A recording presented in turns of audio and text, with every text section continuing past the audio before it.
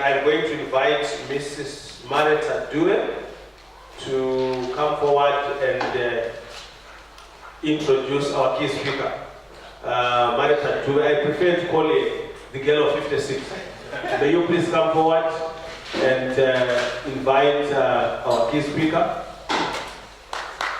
Okay.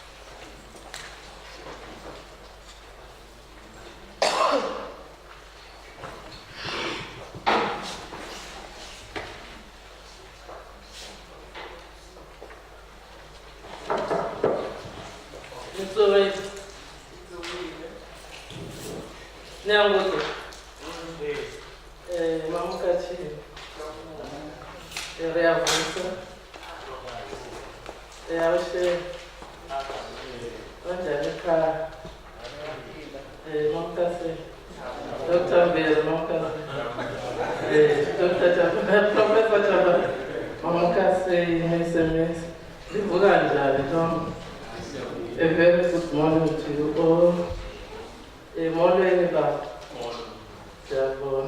At this moment, I'd like to invite our key speakers to come to the front and take their seats. Dr. Indovo, David Indovo,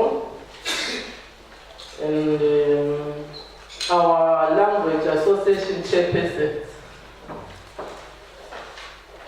I think I've seen 2, 3.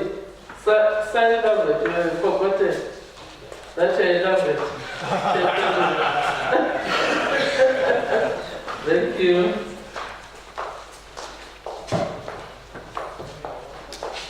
Right, before our first speaker comes to present, I'm reminded of something. Professor Chamada, there's this day when we are attending a church service, and then someone was asked to pray. Then before he gave a prayer, he said, I've been asked to pray because they know that I'm able to pray. So I think I've been asked to chair because I'm also able to chair. Then may I also remind you of this others. I want to share with you this other story. It is also a lesson. I'm told a story is told about someone who went to see a medical doctor. Then the medical doctor asked him, "What is the problem?" And I suppose there was a Shona-speaking guy, because he said, the natural reality of Kanga, Zukanzi, Zwakatagali, Zwechi. Because I have a problem. What's your problem? I have a problem of forgetting. In the natural reality of Kanga, I have a problem of forgetting. When did it start? What are you asking about? Because they had already forgotten.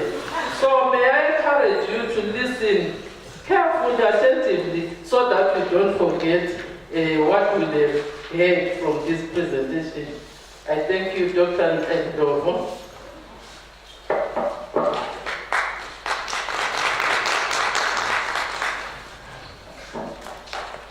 Thank you very much, Mrs. Moses, for this introduction, and a very good morning to you all, ladies and gentlemen. Today, we are concluding our conference on a very high note, where we've decided, through our sponsors as well, in partnership and collaboration with them, to actually commemorate the 10th anniversary of the United Nations Declaration of the Rights of Indigenous Peoples. So as we conclude our conference, we saw it fit to actually combine it with this commemoration of this great day, this milestone, this landmark development that also speaks to one of the key issues that we're discussing and talking about throughout our conference. And as we are gathered today, we want to join the rest of the world, the rest of the international community in commemorating and celebrating United Nations Declaration of the Rights of the Indigenous Peoples.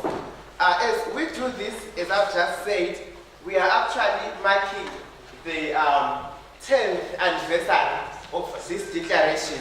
So in my presentation, I've titled The World's Indigenous Peoples in Zimbabwe, an analysis of their place and challenges with regards to their linguistic human rights and human rights. We just want to find out, in terms of the objectives and focus of the presentation, what exactly is their place in our policy documents, what exactly are their challenges with regards to them enjoying their linguistic human rights, with them enjoying their human rights.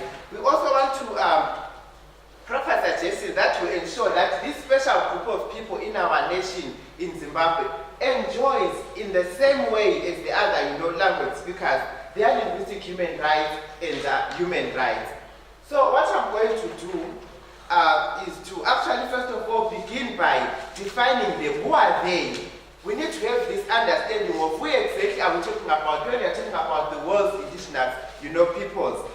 This is a group that is estimated to be around 370 million in the world, and they are found in approximately 90 countries in the world over. And what we note about this special group is that it makes about 5% of the world's population. And it accounts for something like 15% of the poorest in our world. And that in itself is a significant number, because one of the scholars in the field of language planning, Ayobamos, argues that it's not even an issue of how big or how small the population is. If there is someone who's excluded or marginalized, that's a cause for concern. It's something that merits attention in itself. So we are saying that this special group constitutes something like 15% of the poorest in the world. And part of the source of their poor status is because of the marginalization and exclusion of their language. It is also noted that these special groups speak an overwhelming majority of the world's estimated 7,000 languages, and they represent something like 5,000 different cultures. And when we are to define them, these are defined as the inheritors and practitioners of unique cultures and ways of relating to people and other environments. And I think looking at that particular definition, we can start thinking of which particular groups fit into that particular definition. We have been talking about the Chua group in our conference. For me, if you look at that particular definition, this particular group, the Chua group, fits in very well in that particular description. If you look at the previously marginalized languages in Zimbabwe, most of them actually fit in very well in that particular group. If you look at the unique cultures, the Chua people, they belong to the hunting and gathering community. If you look at the Shangani people, they have a unique cultural practice that of circumcision. It defines them uniquely. If you look at the Xhosa people, there is something unique about them that defines them. And if you look at them, you find that they fit in very well in that particular definition of the world's indigenous peoples. And this then makes this discussion relevant to us, because even here in Zimbabwe, we have a special group that falls within that particular category. And when we look at them, they've retained certain social, cultural, and economic as well as political characteristics that make them unique or that distinguish them from the other dominant groups. I think when we look at our different previously marginalized language groups, you'll find that they fit in very well in these particular descriptions. And you'll find that they share common problems that relate to the protection of their linguistic human rights and the enjoyment of their rights as distinct people. What you also note about this special group of people is that through bottom-up language political change, they have sought recognition of their identities, recognition of their linguistic human rights and human rights over the past years. And you also note that they are arguably the most disadvantaged and vulnerable groups in the world over. Those who've been following the presentations about the Chua people, you find that they've even given up on their language. If you look at the Kalanga people, the Shangani people, they've given up their language as a way of surviving. Ndlovu was sharing with us about the Chua people that one of the source of the shift to Kalanga and Ndebele was because they wanted to fit in very well in the environment of their employer. So you find that they are vulnerable and they are disadvantaged. and that puts them in a very, vulnerable position. And then as we are gathered today, we are actually marking 10 years of the implementation of the UN Declaration of the Indigenous Peoples' Rights.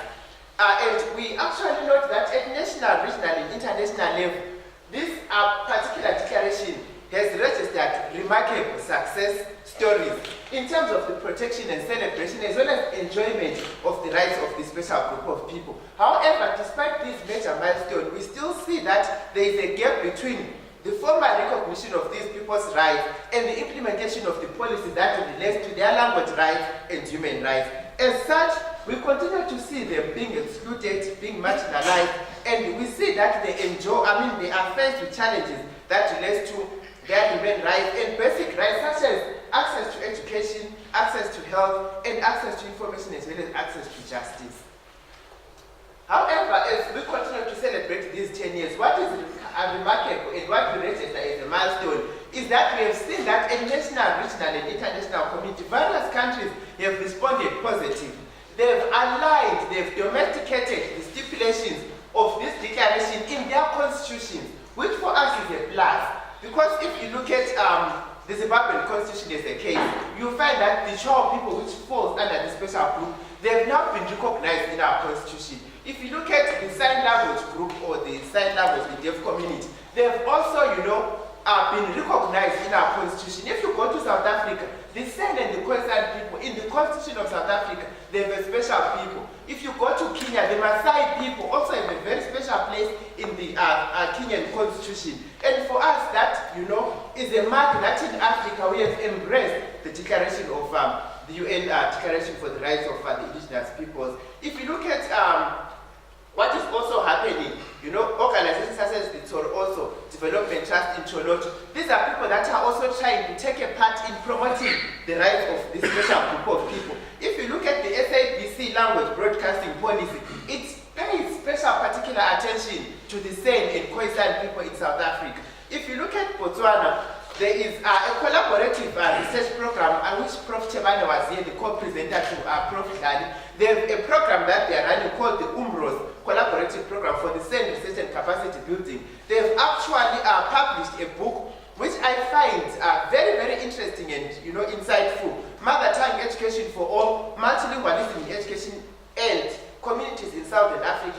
The book is dedicated to these special groups that we are talking about today. And for me, these are some of the milestones because we are seeing people taking a very active and leading role in researching and documenting the cultures and the languages of these people, in promoting and encouraging the respect and recognition of the rights of these special groups of people.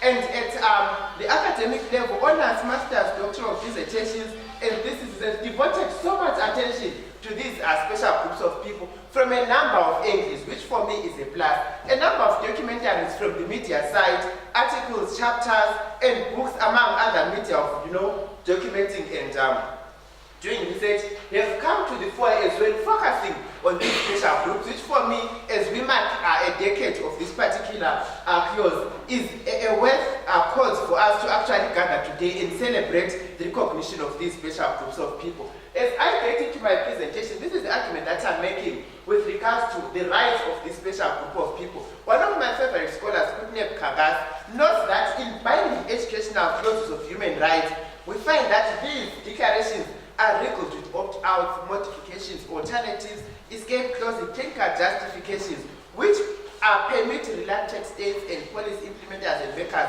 to make the requirements to protect and promote the rights of these people at a very minimal level. You find that these clauses are heavily qualified.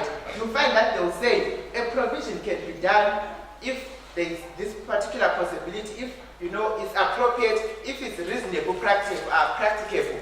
And for me, that's then providing a leeway for the non-implementation of these particular clauses. It actually stands as an obstacle in terms of enjoyment of the rights of these particular special groups of people, such that at the end of the day, the speakers of these languages that are under the world's Indigenous Peoples Group, you find that they're enjoying their rights at a very minimal level.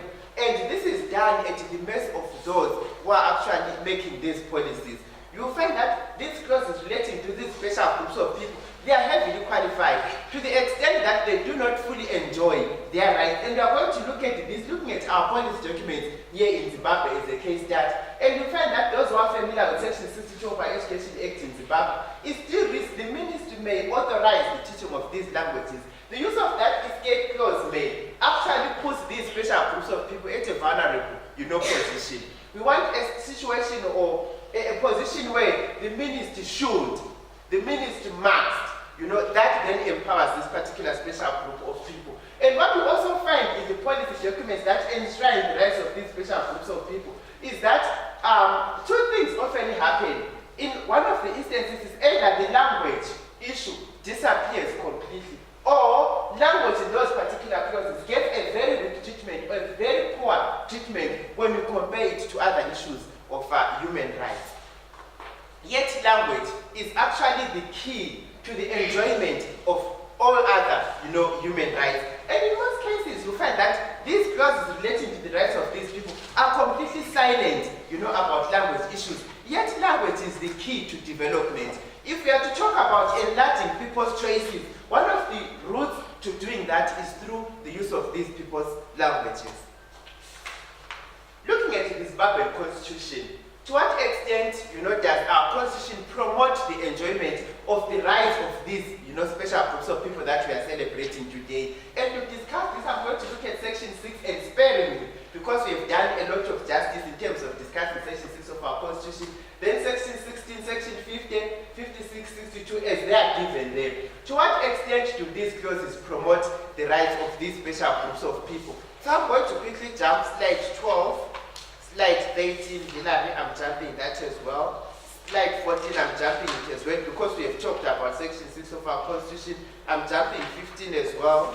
I'm jumping 16 as well. 17, I'm doing the same, Hillary. I'm also jumping 18 because we have done justice to Section 6 of our Constitution. I'm jumping 19 as well, Hillary. I'm jumping 20 as well. Then we are starting at slide number 20. Which is the right, slide number 21, right, the right to culture. This is what this particular section says. We all have our constitutions in the interest of time, but I've also deemed that. For me, this is a very good clause, especially given that now we have this particular ministry in Zimbabwe, and that we have the commissioner, that commission which Commissioner Makindi can represent. For me, that then takes care of our problem in terms of what he said in that particular session. We already have these structures that will ensure that this special group of people enjoy that particular right. But my concern is the lack of sanctions and incentives for people who promote the respect of that particular clause of our constitution. The next slide, Section 50, which talks about the rights of the arrested people. This is what that particular section says. My concern with that particular, section is that no reference whatsoever is made to language. The observation that Picnic has made. It says the person who is arrested must be informed promptly at the time of the arrest of the reasons of the arrest. In what language? I'm being told of the reason of the arrest in what language? And in Zimbabwe, and I think even in other countries, if you look at how police officers are deployed, they are randomly deployed. And at most the government makes sure that you are not deployed in your region or in your community for fear that you are going to be, biased. So if I'm Ndebele speaking, I'm deployed in Mashonali. How do I inform the arrested person who's Shona speaking if I can't speak in Ndebele? I come from a Ndebele speaking community. You find there's someone who's speaking Shona, they'll have challenges informing me convincingly and adequately and properly of the reasons of the arrest in the language that I best understand. So a case that is built on such a foundation, can it really stand the test of time? And then my other concern is that if this right is there, without the guarantee that I have the right to be informed promptly in my language of choice, the language that I understand, of the reason of the arrest, then that right for me is void. It is completely meaningless. So as such, I'm saying this particular clause failed to lead to access to the right of the enjoyment of the right stated in Section 50. Slide number 23, Hillary. Section 56, it says equality and non-discrimination. That's what it says. And for me, it's a plus. Because the previous constitution that we had, it was completely silent. It had no language as one of the markers for discrimination. But I'm glad the new constitution actually outlaws discrimination on the basis of language.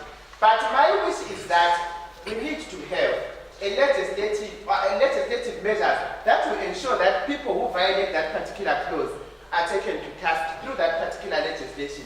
And we also need to make sure that such a legislation that helps people, take people to task is available in the language that they understand so that they can better litigate, and put their agenda forward.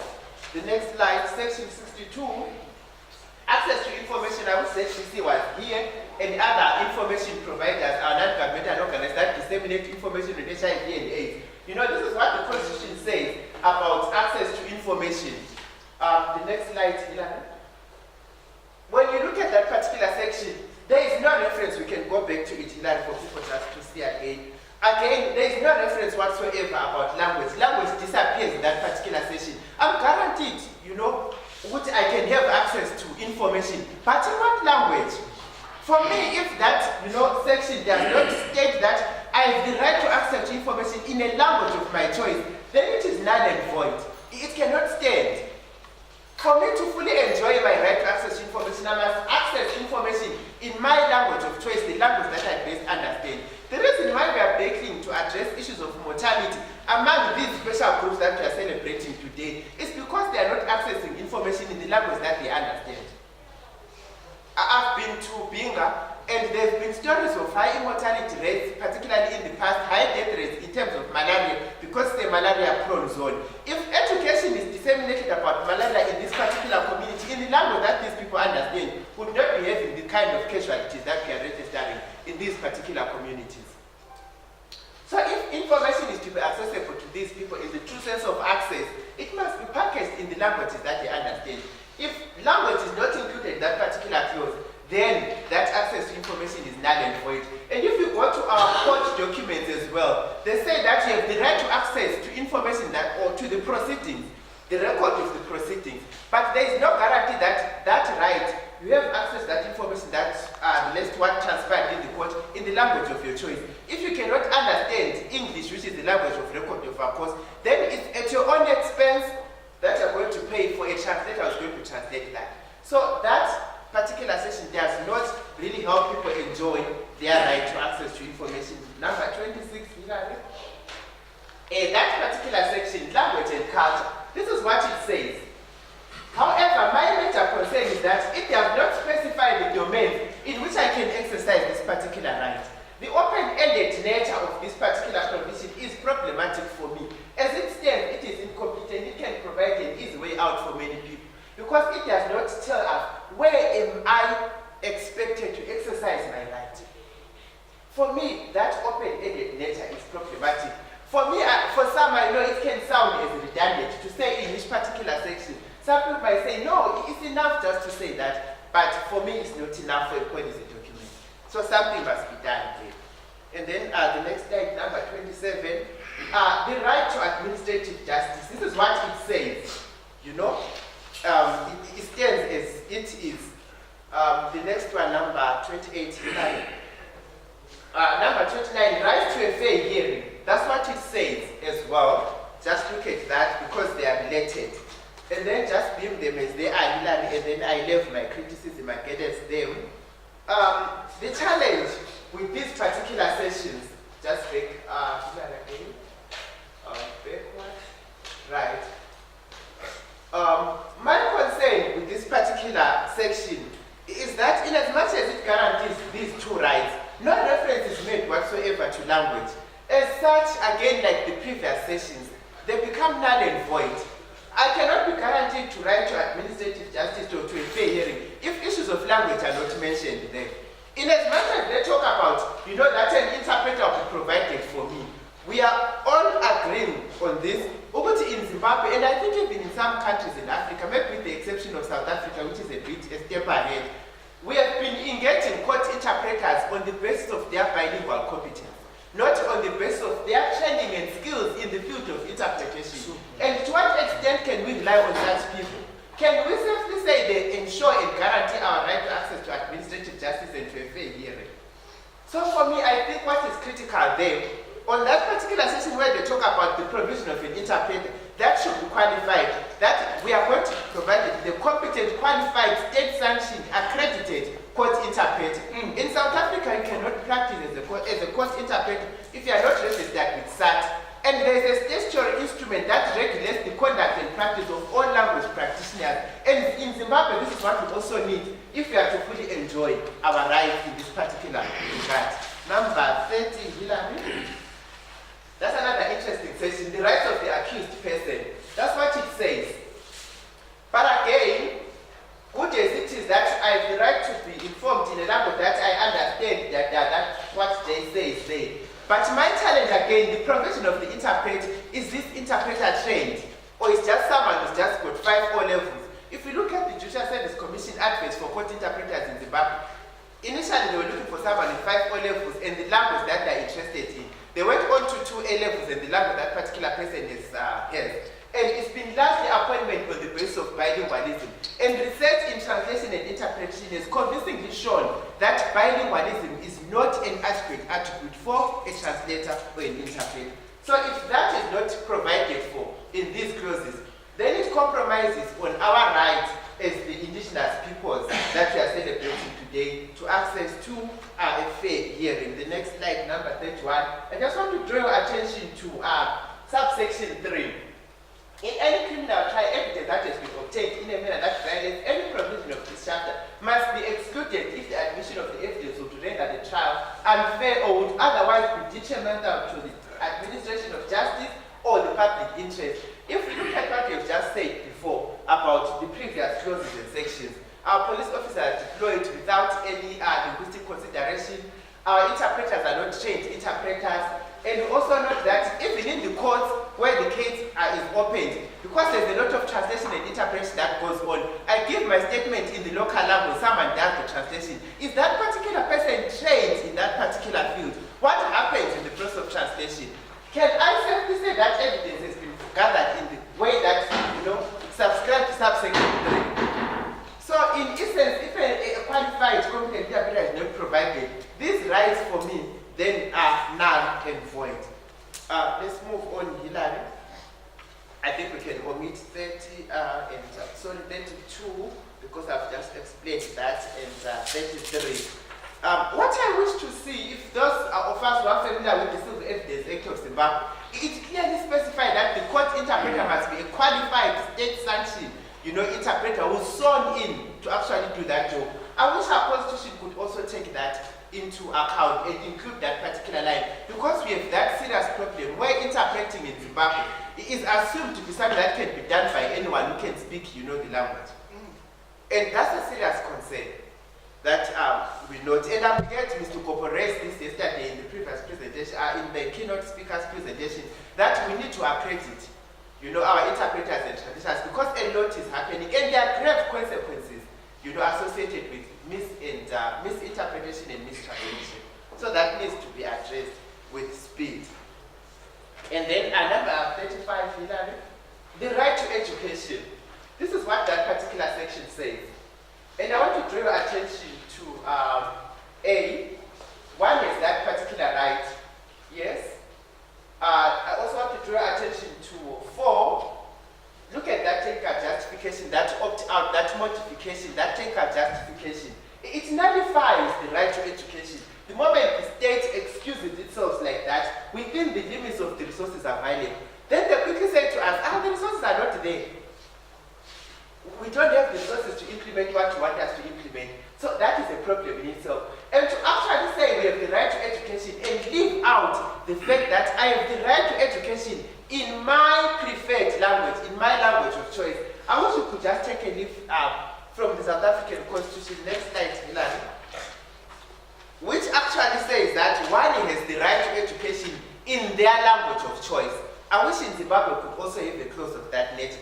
But again, the South African Constitution carries a similar limitation that we saw in 3, that technical justification, that also says where this is reasonable, practicable, or where the resources are available, then these people who are supposed to enjoy these rights are enjoying them at the base of the policy makers and implementers.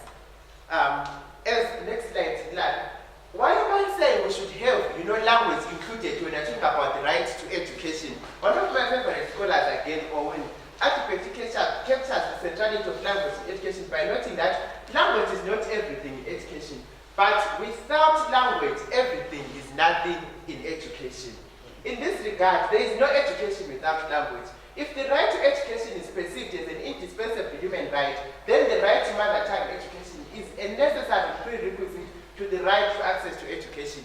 And I know in most people, particularly here in Africa, if we preach and evangelize on the gospel of mother tongue education, people think of apartheid, people think of Bantu stance, where we are thinking that we are going to preach on more people to Zimbabwe. What we are advocating for is mother tongue, specialists. We are saying, let's promote what we call mother tongue-based multilingual education. That's what we are saying should be, guaranteed in our policy documents. The next slide, the right to health care, that's what the Constitution says. And look at the first line there. I'm not going to talk about pain because as Zimbabweans, I think we are familiar. You cannot get medical attention if you have not paid consultation fee. But the Constitution says something to the contrary. What is said on policy is not what is happening on the ground. And again, of interest in that subsection 4, that technical justification, that opt-out, that modification, within the limits of the resources available. That's where we have that right to health care. So we are at the mercy of those who are implementing that particular clause. And again, what is of critical essence to me is that language disappears in that particular section. There's no reference whatsoever to language. And this is where we are calling for medical or health interpreting, where we have interpreters stationed in our hospitals to assist these special groups. Because if you look at the deployment of nurses, deployment of doctors, non-linguistic considerations are made. And how does this particular doctor in my region, where I'm Ndebele speaking, is Shona speaking, or we have even seen a huge influx of Chinese, Cuban doctors coming to our countries.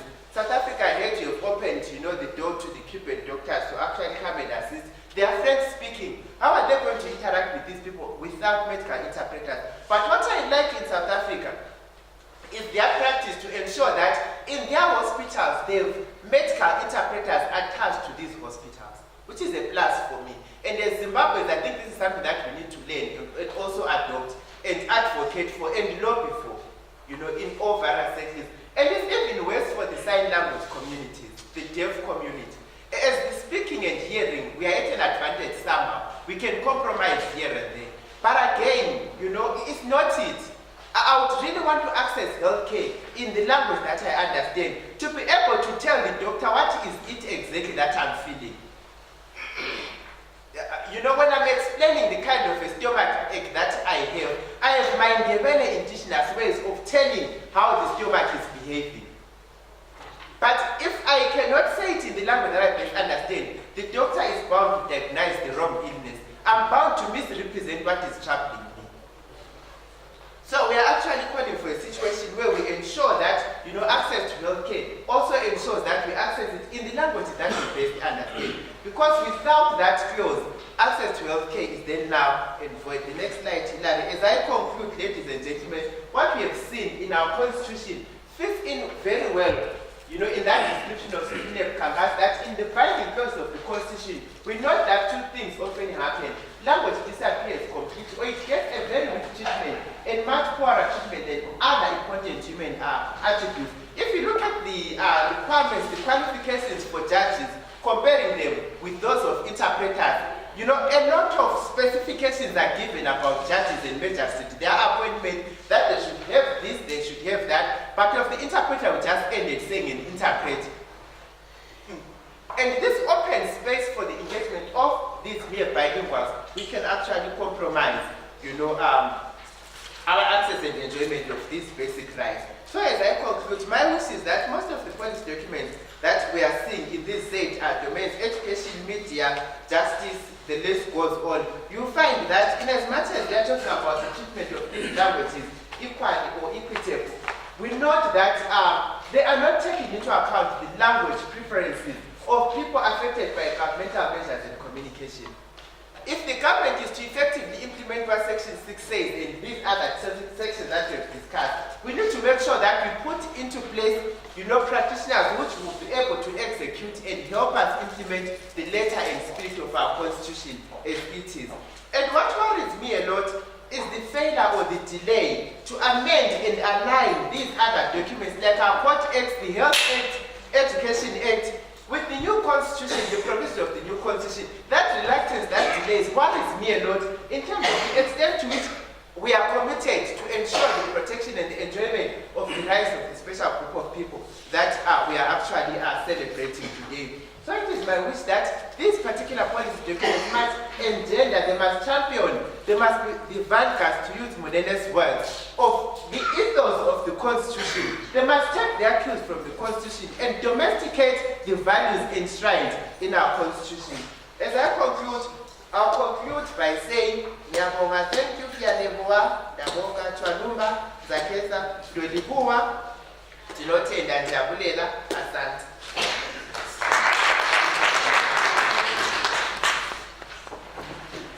Thank you very much, Dr. Ndovo. May you give him another.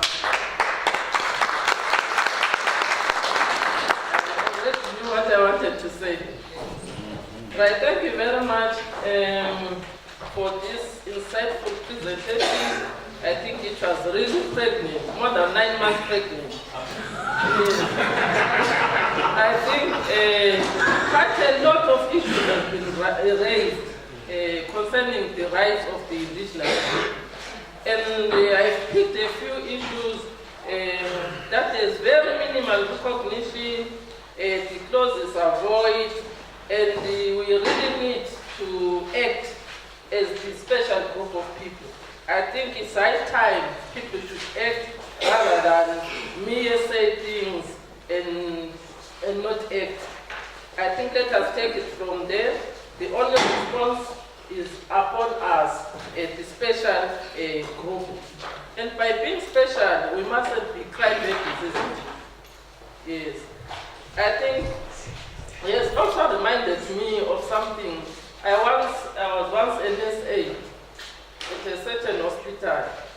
Then there was a Tanzanian doctor who needed some interpretation. There was my friend was also an SA. She spent she was stressed the whole day. Then when we were going home, she said, today is a very hectic time trying to interpret to this doctor. There was a patient, it's a true story, you forgive me, especially the males, because there was a male patient, then the male patient explains this condition in his mother tongue. Then this doctor was not conversant with the language that was being said. The nurse aide also, my friend, had no words in English to interpret what this patient was saying. In fact, he had one of his, this is an academic gathering. He had one of his testicles swollen. So he says, this woman ran short of words. Then he says, those two of a man.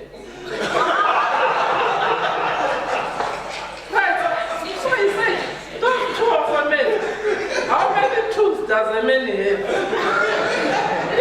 2 hands, isn't it? 2 eyes, 2 ears. Then those 2 of a man, 1 solid. This is a true story. And I also worked at a clinic as an SA. I was interpreting for this sister in charge who was, she was English speaking, I'm a colored, but she was not conversant with this Indian. There comes a patient, my friend, the patient was my friend. So she speaks to me, I've had these problems. Then I said, into Zavan. It's cheap boy. So she started crying in front of this sister in charge. Then this sister in charge said, why is he crying? Then I did not say exactly what I had said to the patient. I said, she said her knee is painful. So you see the misrepresentation. So if I'm talking about specialist interpreters, I think we really need to end because we really do injustice. And in the end, the people may not get the relevant treatment that they are supposed to get. Now that I think The best thing is to respond now because our next presenter will be showing us a film. So we may forget. Dr. Giovanni still around? Yes. Okay, yes. So I think I'll take maybe the first 5 to ask questions or comments. Yes. There is Mr. Mnenge there.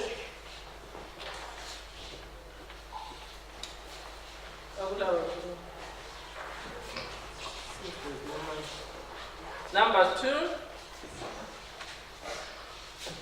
There's one here also, yes. Here's number 1. Number 1, number 2, any other? Number 3, number 4. So take the first 4. Thank you. I've been really inspired by this presentation. It's just a comment to say it's really true that languages can disappear. I have a typical example of the Chewa in Wange and Kamati because of the mines that were there, the mines that are there. We had a lot of the Chewa people. But if you get there today, you will find most of the people, most of the urban dwellers in Wange, they speak Chewa Nyanja. But it's so diluted that if you get there, if you want to cut if you want to say, I want to cut a stick, they will say, if you know a gamla stick, if you know a gamla stick, a mixture of there's Tonga, there's Ndebele, if you know a pagan sima, if you know just like that, that's the language that is there. But deep language like Chewa, where you would say, that is deep Nyanja, but you can't find it there. There is so much dilution. You see, sticky, if no other, Gajama Ponzo, just like that. You see, that's the time. And also at the same time, we had a lot of challenges ourselves in Binga because of semantics and the dilution of the language. Where in class, for instance, when the Ndebele teachers would teach us, if they say inkomo to us in Tonga, inkomo is the pocket of the trousers. Yeah. So you mislead children. Inkomo, they are thinking of the pockets of the trousers when it is inkomo, you see. You say musise. One guy says inkosi busise. Let God bless. But in Tonga you are saying, can you hide that beer? Hide it away.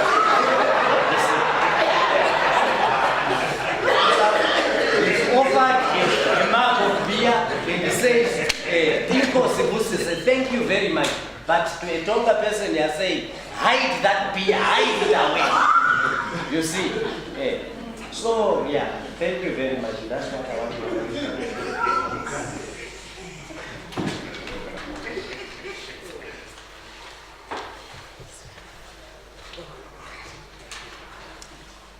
Thank you very much, Dr. Ndlovu. I also really enjoyed the pregnant presentation. You made reference to the limitations in some of these provisions, especially emanating from the statement, the rights will be available but within limited resources. I think, yes, it's a limitation, but then I'm thinking, if all these provisions were left as they were without acknowledging that it may not be possible to guarantee every right, maybe immediately, but maybe progressively, depending on the availability of resources, what would really happen is that maybe the courts would be flooded with people going to sue government for what they've put in the constitution, but are not being able to provide to the populace. So it may be a limitation, but I think also it's an acknowledgement of what is possible and what may not be possible. So I really would want you to further interrogate that one. Thank you.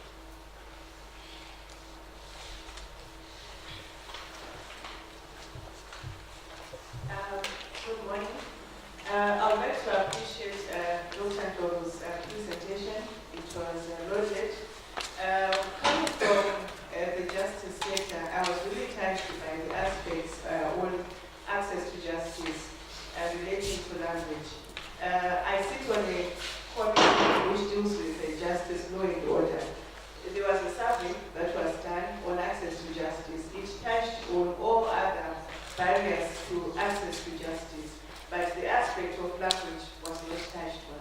And I think it's an area which you as linguists and other practitioners need to really explore and ensure that it is taken care of. Because from the researches that have been done before, this aspect of language was not really touched on.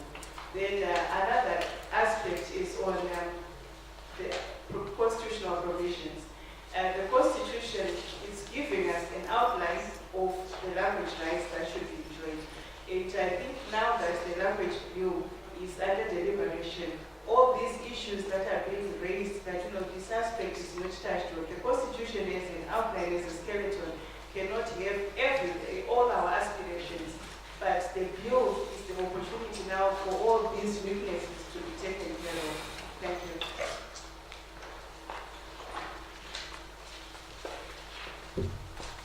Thank you. First of all, I would like to thank Dr. for the presentation. I like this passion for the issues involved. Basically, two comments. The first one, I thought I had talk of the right to receive education in a language of one's choice. Right, if I had you right, doesn't this also raise another issue? That someone may have education, not necessarily in the language of their choice, but in the language spoken in their locality. The question of location. The idea of location arises because when you form classes, it's an aggregation exercise. So that if you find people in a particular locale and there is a predominant language there, the most likely thing to happen would be to offer the language that is generally spoken in that area, while some parents may choose a different language. I'm saying this because somebody's first language may be shorter, but their language of choice may be English. I know in Zimbabwe today, people, even very patriotic people, even like our war veterans, they may choose to send their children to schools where the children will have a maximum chance of acquiring English. Right, then the next one is about implementation. Like where we were talking about health and interpretation, I really appreciate the need to have language considerations. But when it comes to implementation, well, I've got a background in administration. I also want to think about, am I really family, do I have my family on the ground, right? When it comes to implementation, if you have interpreters and all, you are raising the cost. Somebody must pay that cost. Here maybe my comment would be, maybe where you want to provide interpreters, they may be needed to optimize the sense of the interpreters. Like where we now have is 16 recognized languages. 16 are recognized languages. Maybe you could make a requirement that maybe each interpreter must handle maybe say a minimum of even 6 languages, so that you don't have too many of them. But if you don't have that kind of provision, maybe you have 16 interpreters attached to one hospital. The health delivery bill will go up. That will be frightening considering the state of our economy today. Thank you.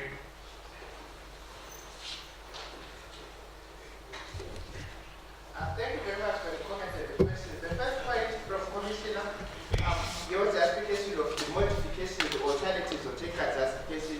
Yes, in as much as they help strike a balance. What we are calling for is that let's not take advantage of that kind of an opt-out, to actually allow and permit reluctant states and policymakers to not implement and ensure that people enjoy their rights. What we are calling for is that let's strike a balance. In as much as that is there, let's make sure that people still enjoy their rights. As government, let's go out of our way to ensure people enjoy their rights. Because the challenge that we have had is that the moment we have such clauses, people are quick to fold their hands and say it's not possible, it's not practical, it's expensive, we do not have the resources.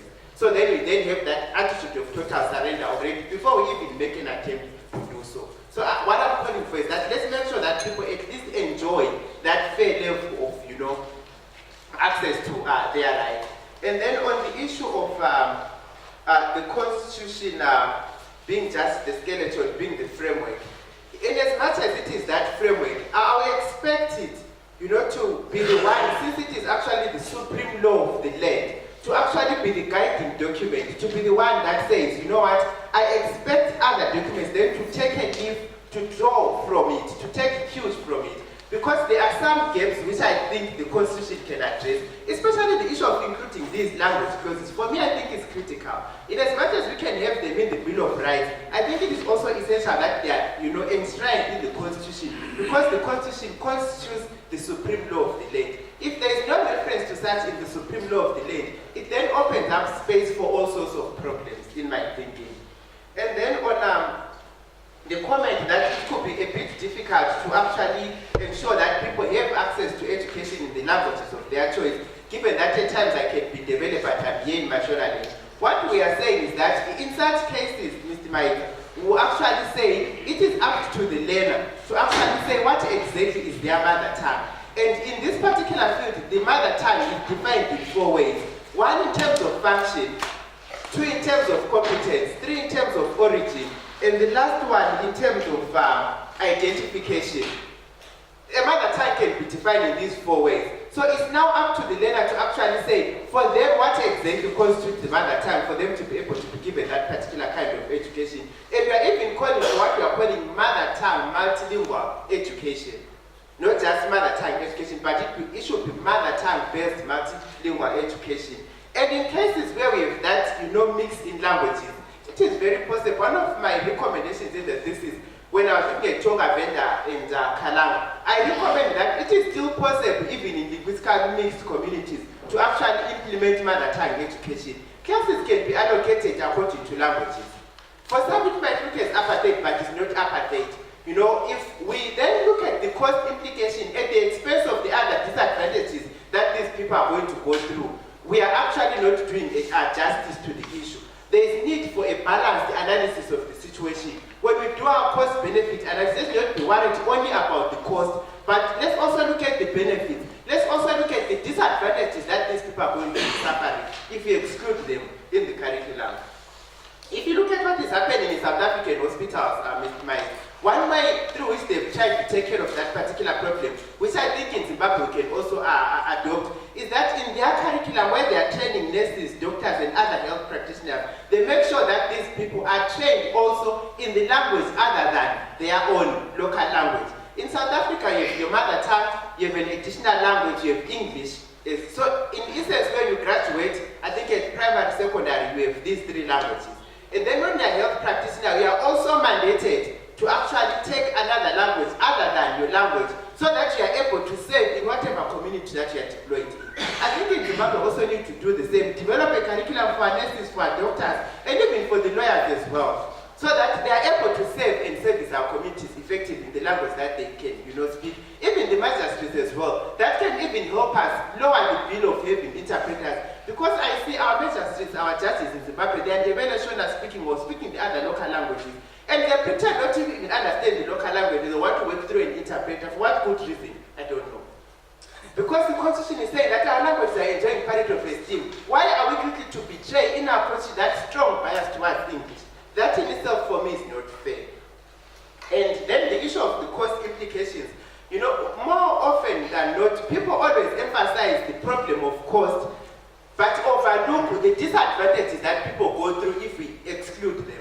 I think we need to put this excuse of cost under a very powerful microscope and examine whether we are really genuine when we are saying it is expensive to roll out mother tongue education, looking at the disadvantages that those who are denied mother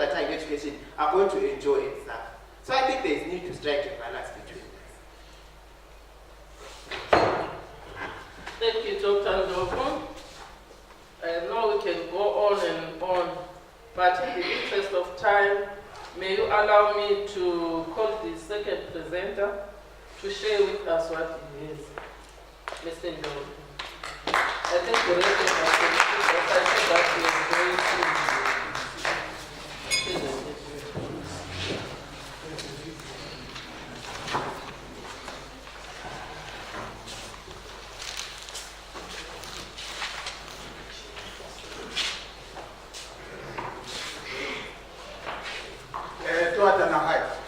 This talking.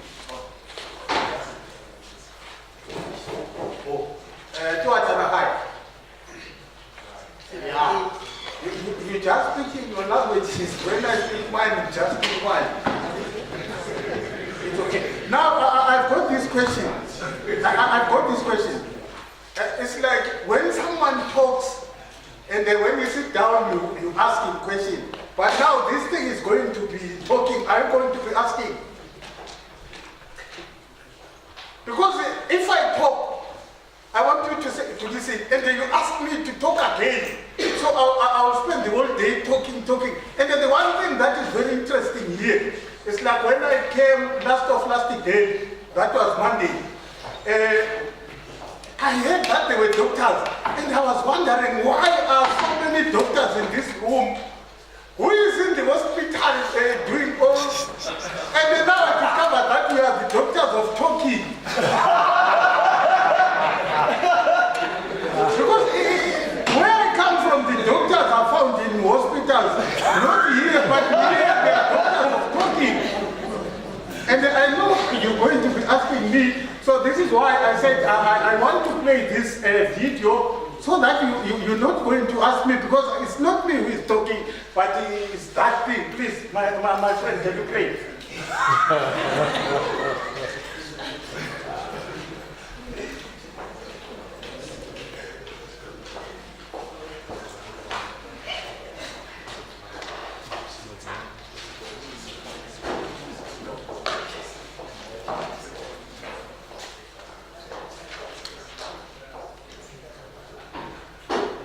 But now this video is in the very, but you will be reading some.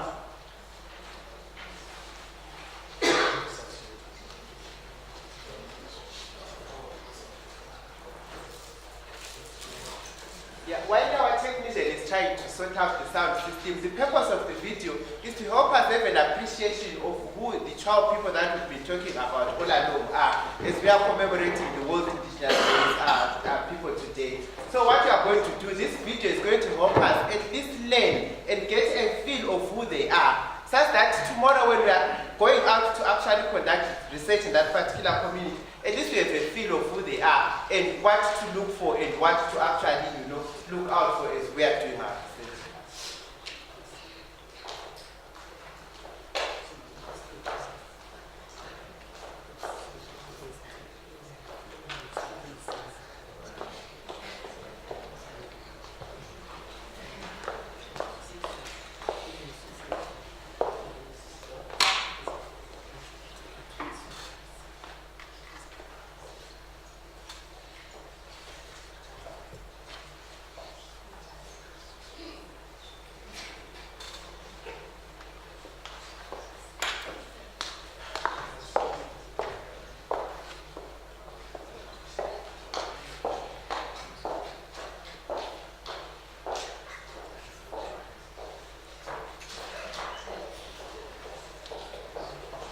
And allow us to also recognize the presence of our dean who's here with us. Welcome, Dean. As we are commemorating the World International Day for the Indigenous People.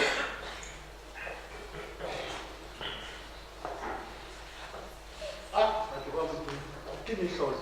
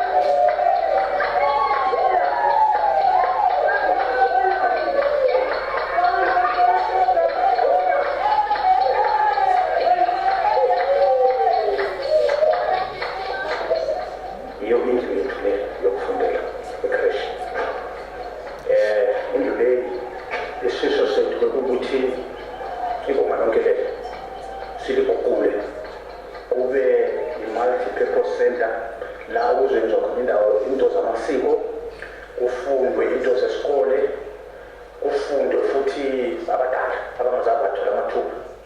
Bafundiswa ukubala nokubhatanisa nokweka. Okay, ukubala babe balapha. Bebala nje 1, 2, 3, 4 nesiyama. Oh, najalo kunyakuzwisisa.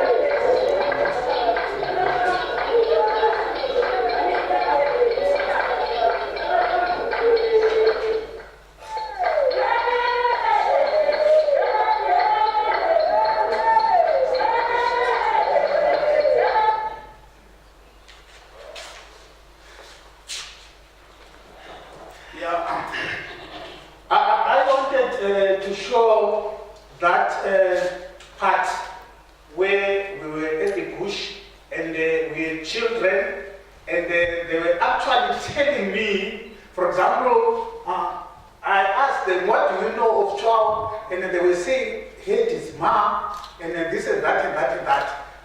During the past days, we were saying the language is endangered.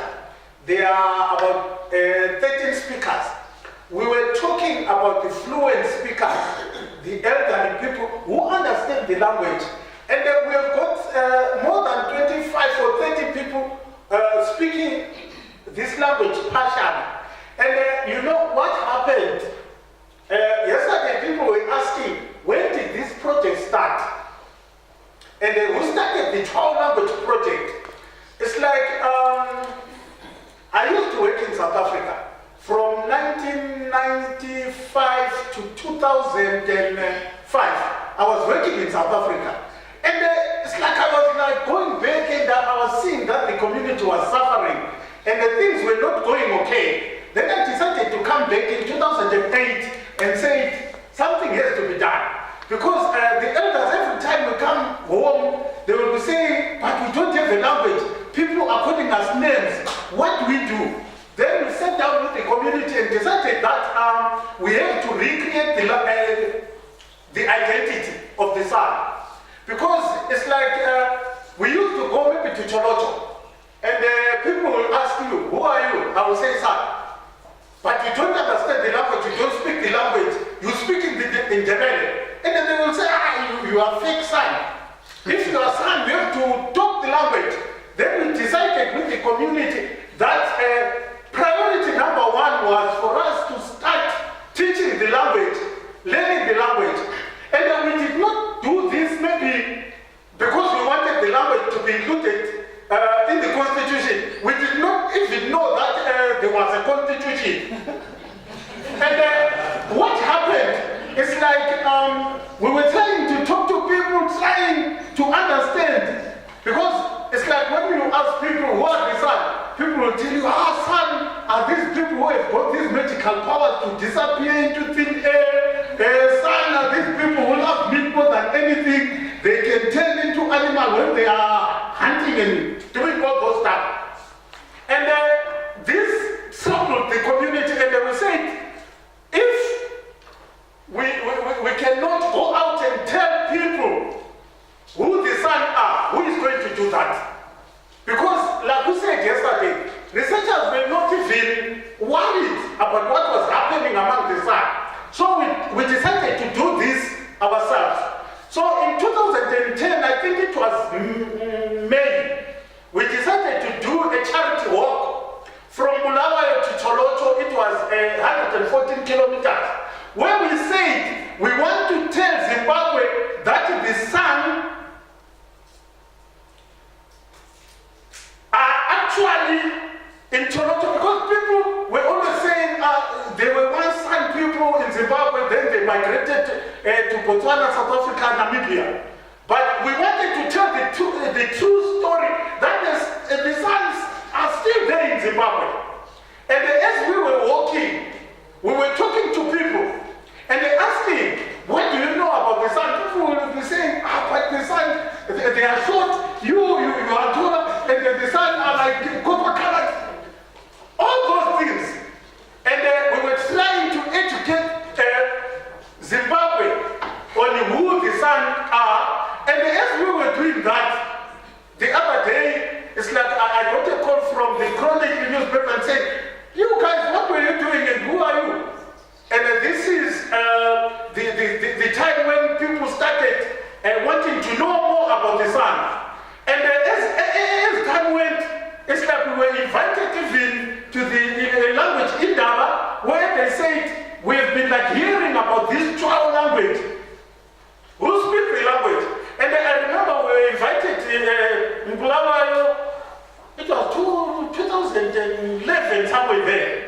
And then we took the people, about 13 people from the community, going to town. And most of these people were going to Bulawayo for the first time. And I remember when we were trying to cross the robots, people were not even been used to the robots, even cars.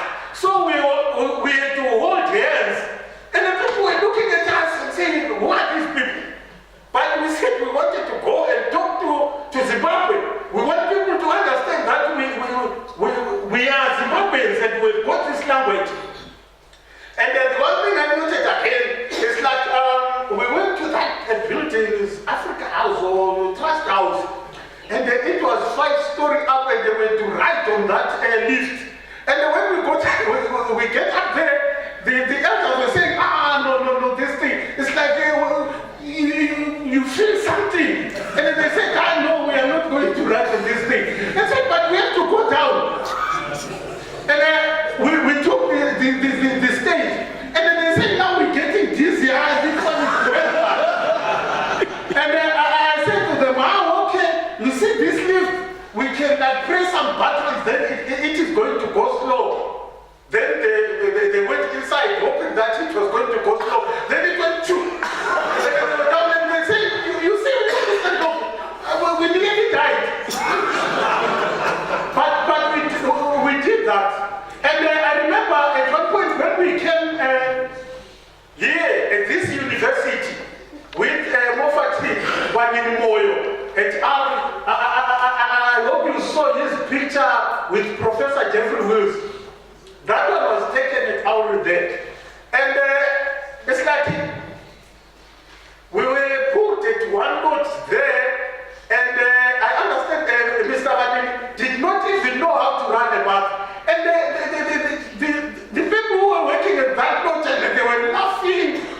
Who is this? Where is he coming from? A person who cannot even run a bath, even to use this toilet. And I remember at one point, Wadini is saying, "Hi, Mr. Dov, I can't use this. It's like when I go into this room, everything stops, the system stops. I want the bush. Where can we find the bush?" It was tough for us to get here. It was tough, but now we are here, and I'm very grateful for Mr. Dov here, and even our sister Kotosa. They've made this possible for us to come here and tell our story. And we've been like telling our story from I don't know when. And today we are here. And the one other thing that we've been saying, Cholo is a different language from all these other languages. And if you want to assist us to develop this language, you have to understand that the orthography of Cholo is very difficult. It's not like these other, maybe the Ndebele orthography. And when we developing this language, in Zimbabwe they want everything to be done the same. I remember when we were doing the orthography with Casas, they saying they were going to do a unified orthography that was going to be same with the question languages in Angola, South Africa, Namibia, and even Botswana. And when that orthography was like presented to us, it was something very difficult because we couldn't understand. For example, when we wanted to write something, maybe say Chile, the orthography said TC. Yet for us it was TSH. And it was confusing. So the government said, no, we cannot use this. And people were saying, for example, when they were presenting, that when we are doing the language development, the community has to be involved. People are just giving us things that we don't even understand. And I remember at one point when we were going to Botswana, translating the Bible. And, I remember this statement, that the Lord is my shepherd, I shall not want. For us, it's now, the person who was like supervising that was saying, where is the Lord or my shepherd, whatever? But we don't say that. We say Mariara, that is God. But in Botswana and South Africa, they say in Torah. So it was difficult for us to like get into these other programs because people wanted us to do things their way. We couldn't do things our way.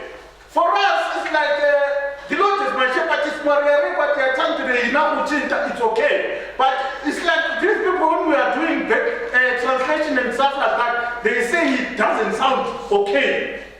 And someone, I was talking to someone in Stellenbosch, and he was saying, there is this thing, grammaticality or whatever. And he was saying, if people understand that Maria Rekwatiatanu is the Lord is my shepherd, it is okay. And then we started doing these things and doing these things. And when you looked at that video, you saw the children were like living in the cattle post. Were to go and get them out there to bring them and to take them even to school. And during those times, it's like all the children were going up to grade 3. But today, we have got about 22 children who are attending high school for the first time. For the first time, we've got 22 children attending high school at Landa High School, and for us, that is a milestone. And before I end, I don't know whether you're going to be asking me a question or you are going to be asking Woodlove one more question. I'd like to thank this opportunity, to thank the university and Abu Woodlove for giving us this opportunity to come and talk to you and tell you about our problems, because we've got so many problems and we need help. And that kind of help we need. It's like you have to come and sit with us. For example, we've been asked to go and do the syllabus. How many syllabuses that we were asked to do? 5 syllabus in 5 days. And for travel, it's very difficult. It's very difficult. You cannot do 5 syllabuses in 5 days. And we said that if this is how things work, I would rather get out of that program. Because we're rushing to do things. For example, like a syllabus. If we develop a syllabus, who is going to use that syllabus? We don't even have teachers who can teach the 12 language. And the syllabus is there and no one can use that syllabus. What we're asking is that you help us develop this language state by state. So that, because if we write things, we get confused. And then we don't know whether we are doing the right thing or the wrong thing. At the end of the day, we just think this is not working. We'd rather go to the bush and do what we were doing with the children. Thank you.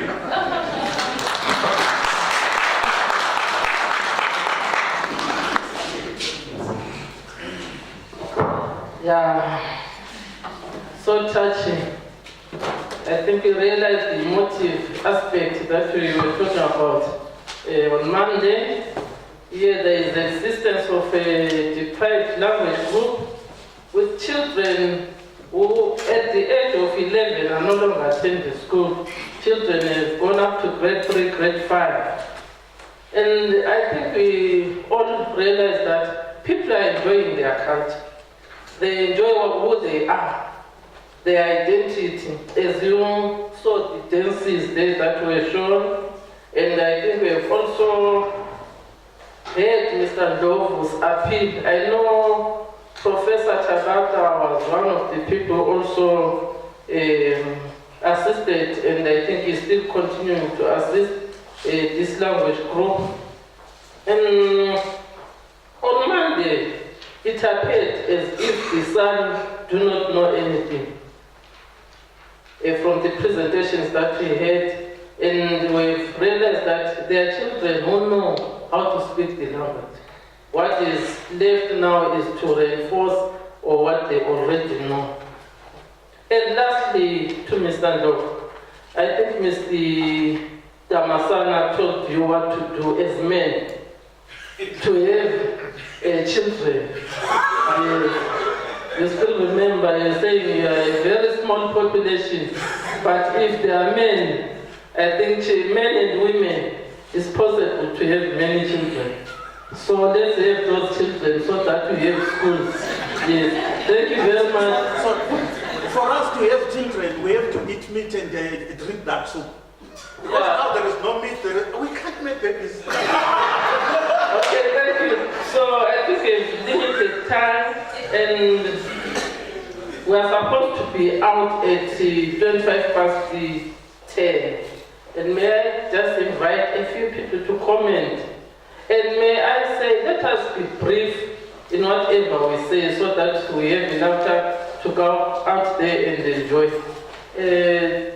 Professor Mwati, that's correct. And may you give him a mic, he wants to say something. Otherwise, thank you very much, Mr. Joe, for the presentation.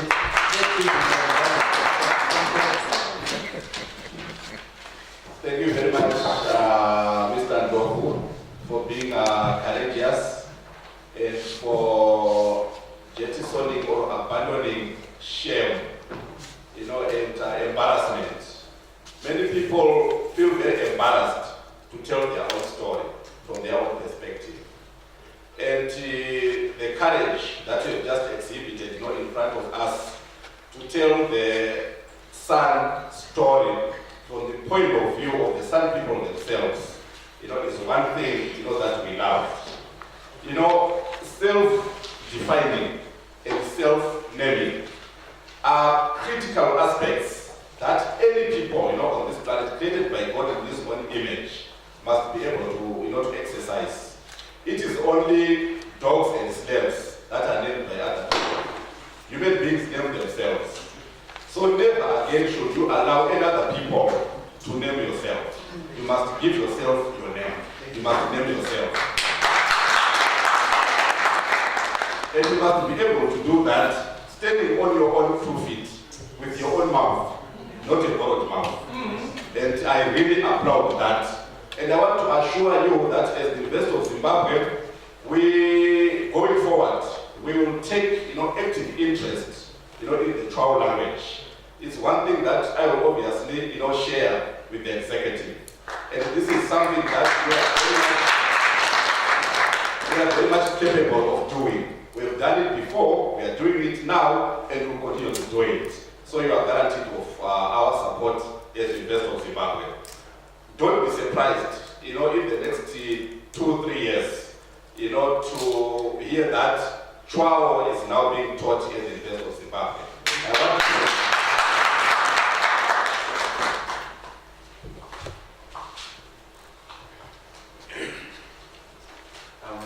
Thank you very much, for that presentation. May I just take this opportunity to illustrate a very simple thing. The difference between emotion and passion. Basically, Doku is showing passion and not emotion. Thank you very much for that illustration that I can make in this hall. Then after having said that, I also am concerned, well, it happens that Dr. Gandini seems to be the face of the Ministry of Education, but if you're asking people to do 5 syllabi in 5 days, I don't think it's really practical. Something has to be done about that. So I think if you are going to build a monument, you cannot actually suspend time as such. This seems to be the case. But I think apart from that, I really want to thank him very much for that presentation, and it's awareness raising as it were, in terms of what needs to be done among the Chao people. Thank you very much. Thank you very much, ladies and gentlemen. Thank you very much, ladies and gentlemen. I think we are done with the job for now, and we are happy that the university is prepared to assist us as different language groups. I know it's not only going to happen to the Chao people, but to the entire disadvantaged language groups. Is there anyone who wanted to say something? I think we are done now. May you allow me to give this opportunity to the ministry representative wanted to say something? Yeah. Okay, yes. And I remember that I said writing a book is not just like writing a letter. So may we allow him to respond? I don't want to respond. I want to do something. I grabbed a few copies from my office. Okay. I don't want to comment. So I just want to keep the... So can do this one after the presentation? We distributed them like this. Okay. A faculty of education, 10 copies, African languages, 10 copies, but you can request some more if you want. Then the stakeholders here. We start with Zimbabwe. Come and get your copy so that you understand what the ministry is doing to promote these languages. May I ask Pastor there to do that or not? Yeah? That's the Zimbabwe copy. Thank you We very also much. have the Soroso copy. Go and share it, the sentiments in there. Do we have other stakeholders? Do we have MSU here? Excuse me, Dr. Angazin. May you allow me to say we distribute these as we... I thought some would not get there. Okay, So may they raise their hands so that you just go while the presentation is also going on. Mine is going to be a few minutes. Okay. May it be few as It's 10. Faculty of Arts, 10. Faculty of Education, 10. So that you understand what we expect from the university. from the minister. From the minister. And do we have a Midland State University? I think they left in the morning. So if they left it, I want to give them a copy. We also have, what is it? Sign language. Okay, sign language. What is the institution? No, we can come and get your copy. What is that? You can get your copy. I thought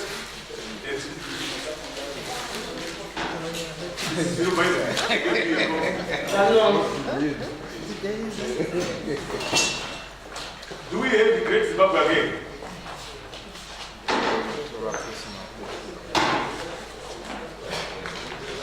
This is what we do. No, Morgan is in there. I can see you are here. What is text here? I can give you two.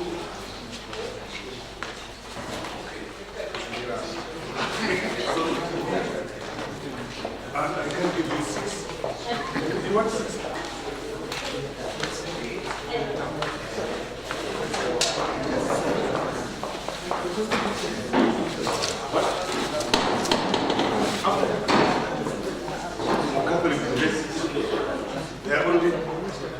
So we have all the stakeholders, you are done with it. So 4. So anyone who is crying, okay, Mr. Mlengo first, please. Can I have one? Yes, Hey, don't think I don't want to just come to my office to get your copy. I will commission your partner. Okay, commission. Thank you for the time. Thank you very much, Dr. Ngandini. May I call upon the language chairperson to respond to the human rights issue in relation to their experiences as different language groups.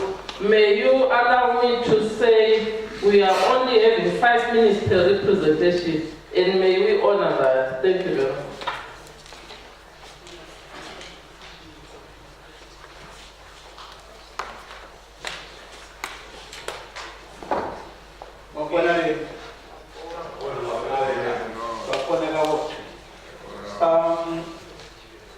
What I'm going to just say, a lot has already been covered in previous presentations regarding Tonga.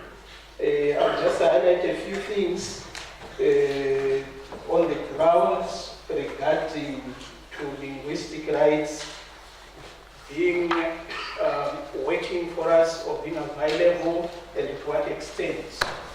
And maybe what I would just say in a line is that Tolapo really has been existing since 1976. And the reason has been the closure of the border between Zambia and Zimbabwe, where as a community we could no longer get resources from across the river. And it has worked with the governments of the day, prior and also after independence. And the bottom line conviction that we have as a community and as Tolapo is that number one, languages are God-given. And as such, they are unique in their own rights, and they have to be allowed space. And we also are driven by what someone mentioned yesterday in the Bible about one of the most successful and stable kingdoms that we see with the 127 provinces and having no problem with people receiving information in their own tongues. So that's our bedrock conviction, as well as what was mentioned yesterday from the book of Corinthians, that to us as Tolapo and as a community, the foreignness of a language hinges on my understanding or not understanding it. So that's our driving force. And looking at the things that have so far taken place in terms of achievements towards realizing number one, the teaching of the language in the schools and also using it. I think there is a lot that has taken place. I can't go one by one, there is quite a lot, and I must admit that we all know that you can't do that except the government through the ministries that are linked to that lay a foundation. I think there is a lot that has been laid in terms of opening the space. You can't do books, for example, without a syllabus, and the syllabus has come from the ministry. And the ministry has been able to do that, and we have responded by providing many power and either do translation so that after that we are able to write books. We now have books from primary right up to Form 4.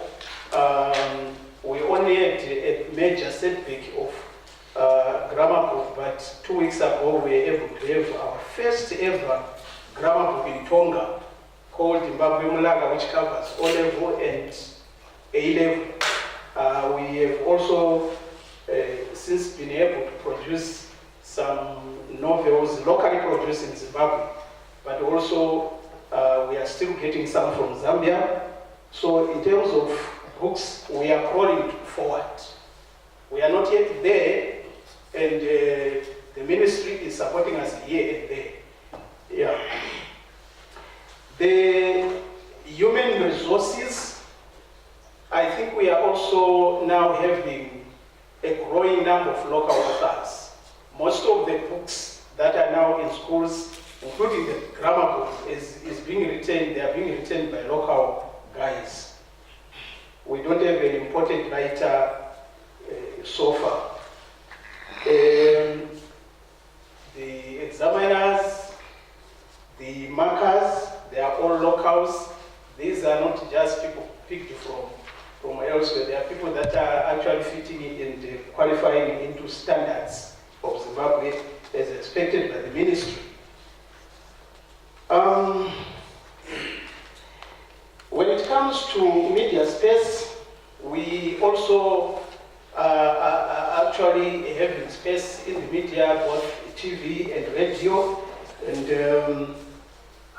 the only things regarding the impediments, there are quite many, but I'll pick a few. If you want more, there is a report that Olapo produced early this year in February about exactly what is happening on the ground.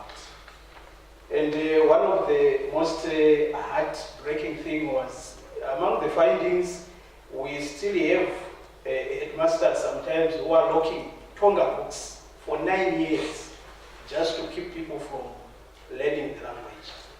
After Tolapo has provided the books, they lock them up. So we thank God that the ministry is here. I'm sure the means and the systems to follow up on some of these things.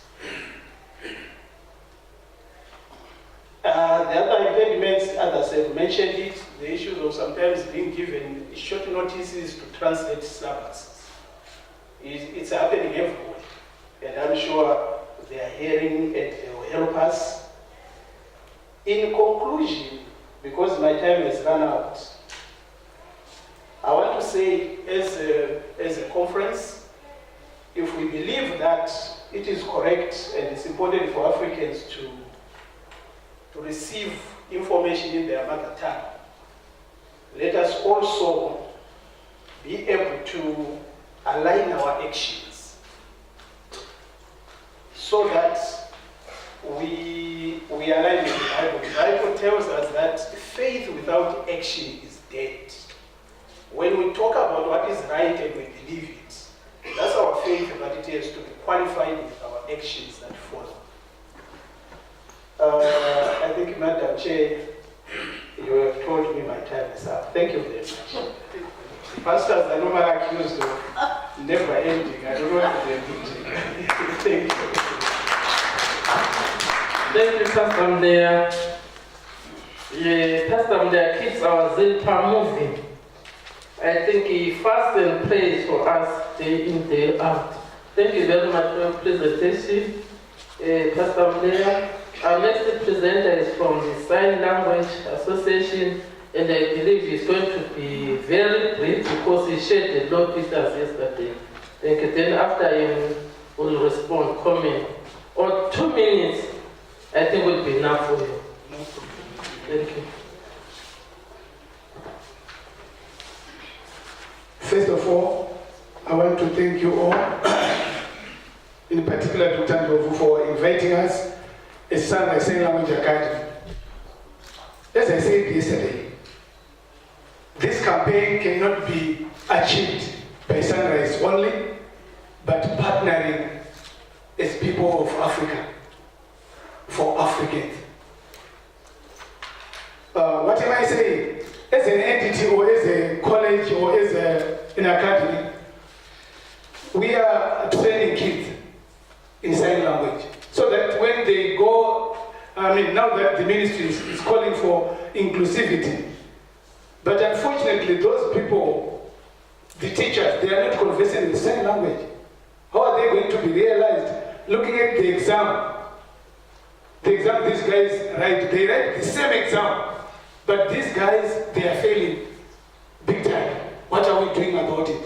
Talk of Zimbabwe. Is there anyone who is qualified there to write an exam or to examine them in their own language now that we are celebrating languages? Can they understand it? And those markers too. There is nothing which can be done in a language without the native of that language. Deaf people are people as well, who also need recognition in everything they do. So, before I sit, let me just do something. Let's go, everyone. Let's do this. Oh, okay. 2 hands, let's go. I know the rest of your life you've never done this. Okay, now, just a feel of the alphabet. I'm going to do the 2 hand way. Let's go. A, B, C, D, E, F. Now, the Zimbabwean G will do this, and the American G or the South African, they will say G. Okay, G, H, this is a J, okay, J, H, this is the Zimbabwean H, and H will be H in the other version. Okay, H, I, it's no longer this one, this is a sin language. It's I, J, K, this is Zimbabwean K, K, okay, K, L, M, N, O, P, Q, R, S, T, U, V, W, X, Y, Z. Thank you. Thank you very much. I think we realize the need for having specialist teachers. Thank you very much, ladies and gentlemen. May I invite responses from the floor. And may I also repeat, let us be very quick. Thank you.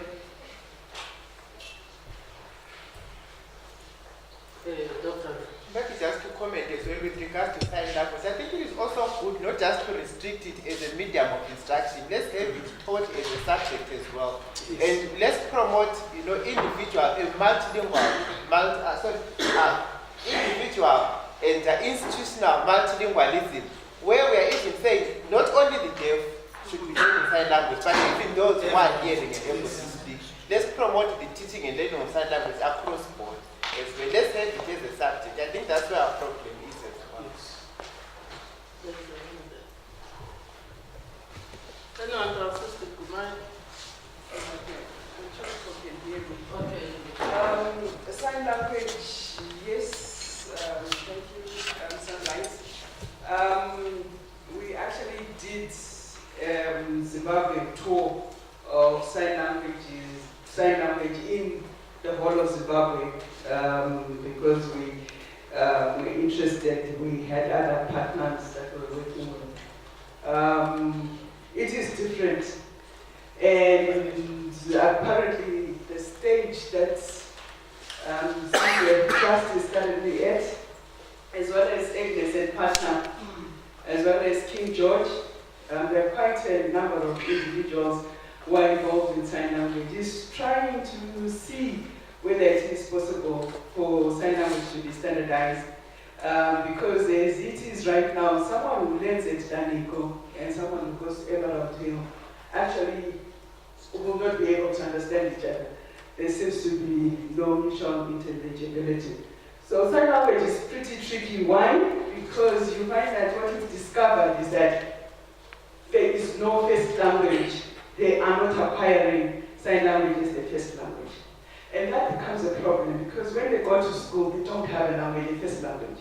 And what happens at school is that they are introduced to a second language, which is signed English. And they struggle with that because they don't have a foundational basis in terms of language. So what we have been encouraging is that there has to be a first home language for them not to be failing as they are doing right now. Because it's almost like what is happening in terms of acquisition is they're trying to acquire two languages sort of like at the same time, whilst the other one is the one that is being tested. So you find that for sign language right now, we are encouraging parents at home, it has to be a language policy, a family language policy, where they actually sign. Because what you find in most cases is that they don't sign at home. So yes, we want to promote it and so on, but we are saying that from an acquisitional perspective, in the context of Zimbabwe, we are suffering because of that lack of a first language in terms of sign language being a first language for them.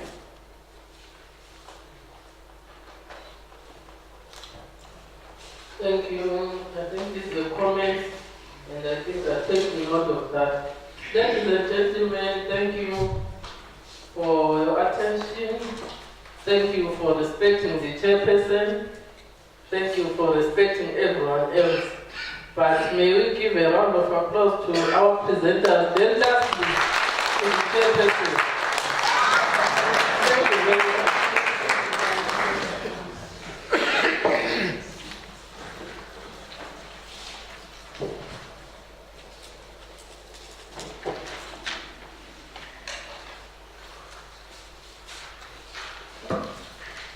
Thank you very much, ladies and gentlemen. Another round of applause for, wait. First for the chairperson, then the two presenters, and finally the chairpersons of a language association. Thank you very much. I particularly liked the presentation by Uwamandov. That was beautiful. His presentation is in line with a Mexican proverb. I want you to write this down, which says, they tried to bury us. They didn't know we were seeds. Do you know seeds? What do seeds do when you bury them? They germinate. Thank you very much for the presentation. Uwamandov, who is like the biblical name here, he had to come back from South Africa to revive the Chwawa language. Thank you very much. It's time for tea now. We are going to have our tea in the Llewellyn foyer as usual. And we are going to try to be quick because time is not on our side. We have panel sessions after tea. So let's have our tea in 10 minutes and let's quickly go into our panel sessions. Remember today we have a half day. The following people will join the dean in G4. Professor Professor Chabata, the three commissioners from